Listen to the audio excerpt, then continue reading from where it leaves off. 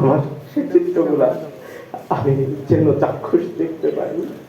সম্মানিত উপস্থিতি, ওরা কিভাবে করে নির্যাতন করে ছোট্ট একটু বর্ণনা দিই।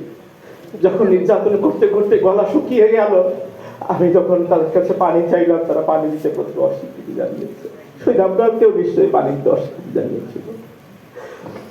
আমি যখন তাদের নির্যাতনের মুখে, আমার চারিপাশে সবগুলো হায়নার দল, তাদের সামনে বিভিন্ন রড, তারপরে আঘাত করার জন্য বিভিন্ন অস্ত্র, ওই রুমের মধ্যে, ছোট্ট একটা রুমের মধ্যে তারা ক্যাম্পিয়ারের পাশে সেখানে রেখেছে। সেই রুমের মধ্যে যখন নির্যাতন করছিল, সেই সময়টাতে আমি আশেপাশে আমার কোনো বন্ধু পাইনি, কিন্তু আমি আমার প্রিয় বন্ধু, আমার অভিভাবক আল্লাহ তাআলাকে স্মরণ করতে পেরেছি।